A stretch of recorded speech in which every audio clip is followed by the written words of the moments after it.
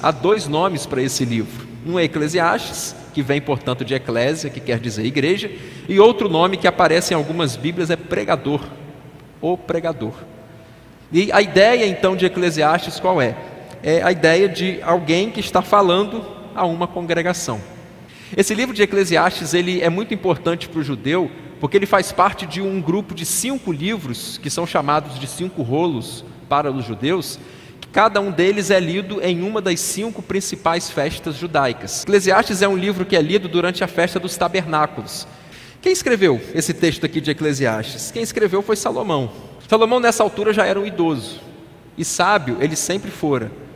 E aí você imagina o que é que pode sair de um texto escrito por um homem que é sábio e por um homem que é idoso, que está refletindo sobre o significado da vida.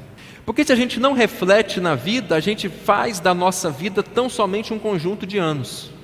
Então refletir sobre a vida permite a gente dar significado a ela.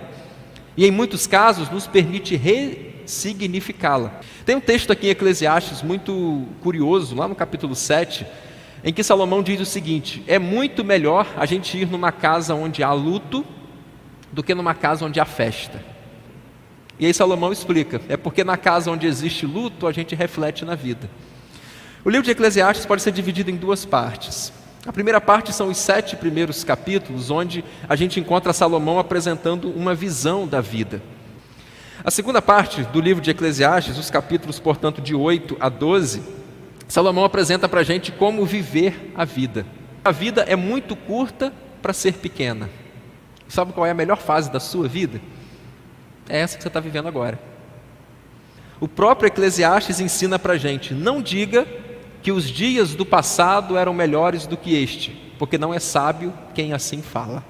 São 2 personagens parados assim, olhando para o horizonte. Aí um deles disse o seguinte: um dia a gente vai morrer. Verdade, um dia a gente vai morrer. Aí o outro foi e respondeu assim: pois é, mas em todos os outros dias a gente vai viver. Eu não tenho que viver preocupado com o dia da minha morte, eu tenho que viver preocupado em aproveitar o melhor, o máximo que aquele dia puder render para mim. Tudo é vaidade. A expressão vaidade é usada por Salomão nesse livro nada menos do que 37 vezes. A palavra que ele usa para vaidade é a ideia de uma bolha de sabão.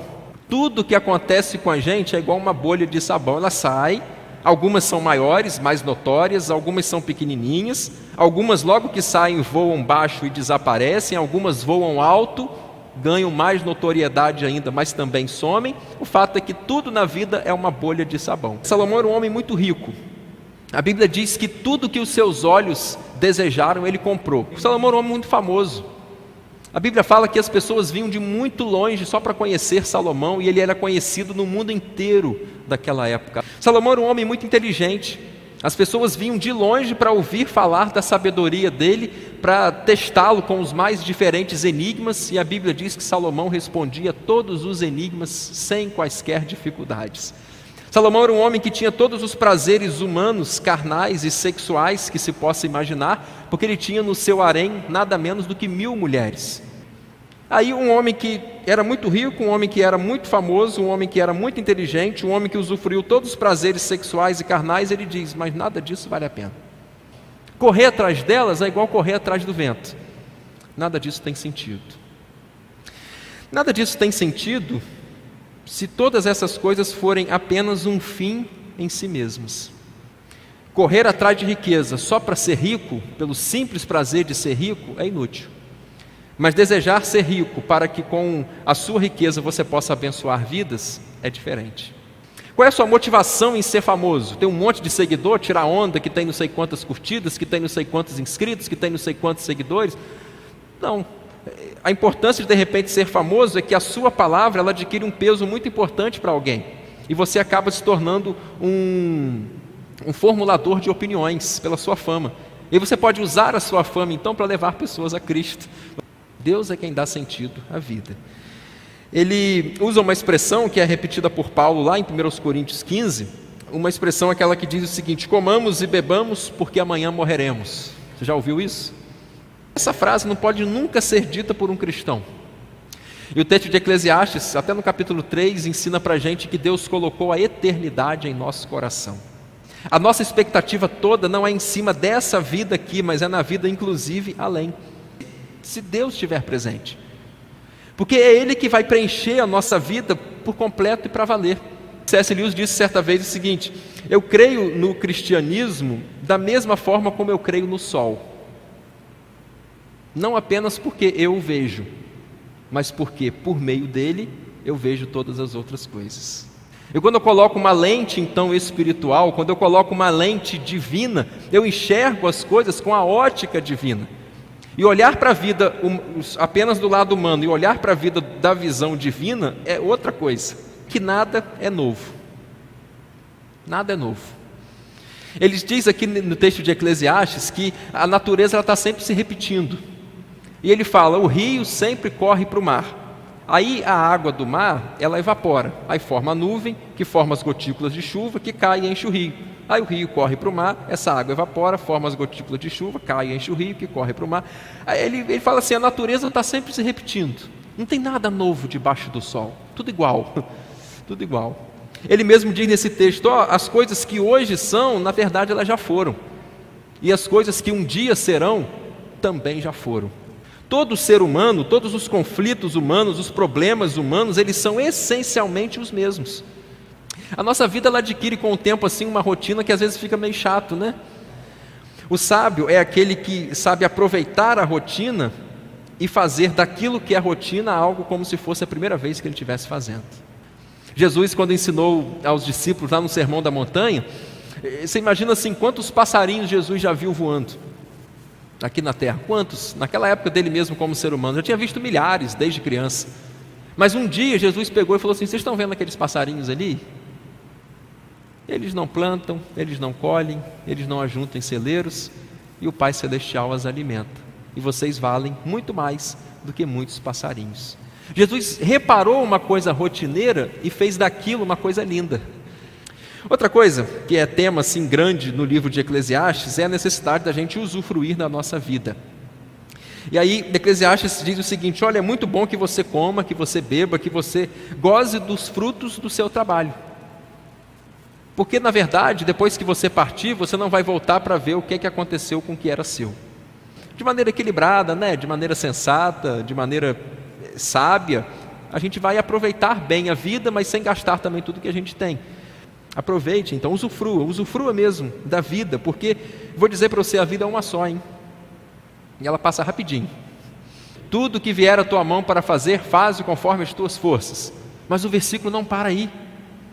O versículo bota uma vírgula e diz, porque para a sepultura, para onde tu vais, não existe trabalho, não existe projeto, não existe conhecimento e nem existe sabedoria. Que a morte iguala a todos.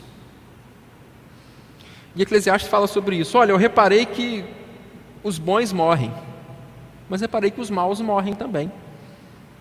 Eu reparei, Salomão diz, que os tolos morrem, mas os sábios também. Porque a morte vem e ela vem para todo mundo, e ela iguala a todos.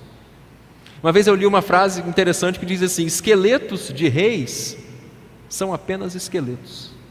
E quando a gente pensa nisso, a gente percebe que não tem o menor sentido a gente diminuir o outro por causa da cor da pele dele.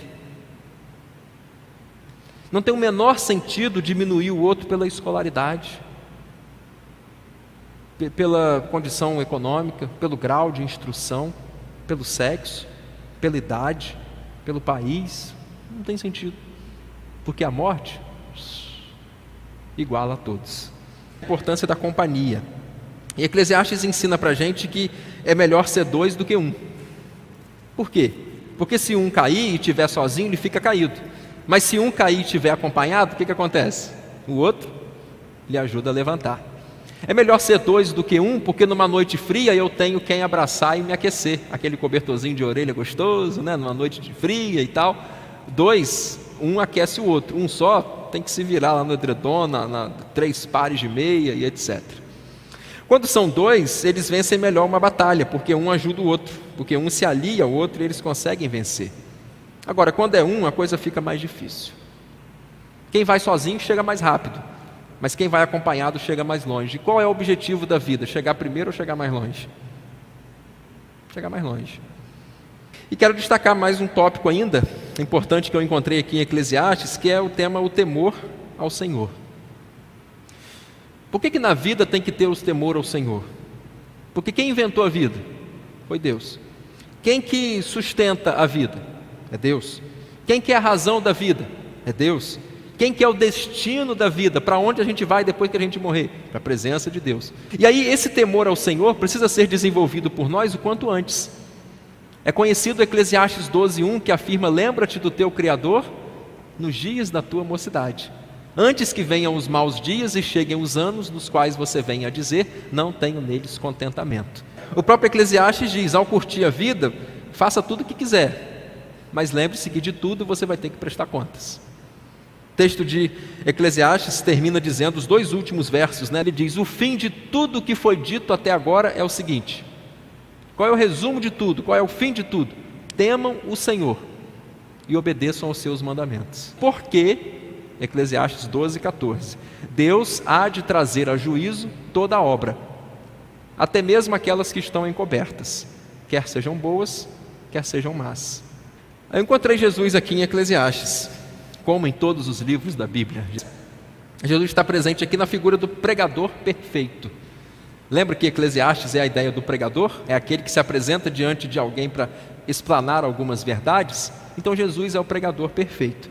Em Eclesiastes 12, versos 9 e 10, diz assim: o pregador, pensa em Jesus, além de sábio, ensinou ao povo o conhecimento e procurou usar palavras agradáveis e falar palavras de verdade. Esse é Jesus, o verdadeiro pregador.